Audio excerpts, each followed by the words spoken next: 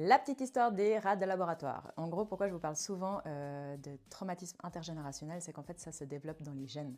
Donc il y a beaucoup de choses que tu ne pourrais ne même pas être au courant qui sont des traumatismes qui se perpétuent de génération en génération. Je vais te donner un exemple, une étude a été faite sur des rats, donc des futures mamans rats, elles n'étaient pas enceintes, et en fait ils ont séparé deux groupes de rats avec les mêmes sons. Par contre, il y a un groupe de rats qui se faisait électrocuter juste après un son strident, donc toujours le même son, et un autre groupe de rats où même s'ils entendaient le son, en fait il ne se passait rien de particulier après. Okay, ce groupe de rats qui n'étaient pas encore enceintes, donc elles n'avaient pas encore des bébés dans le ventre, donc elles avaient juste leur ADN, une fois qu'elles se sont reproduits, les enfants de ce groupe-là, dès qu'ils entendaient le son strident qui avant leur mère s'était fait électrocuter juste après, commençaient à paniquer.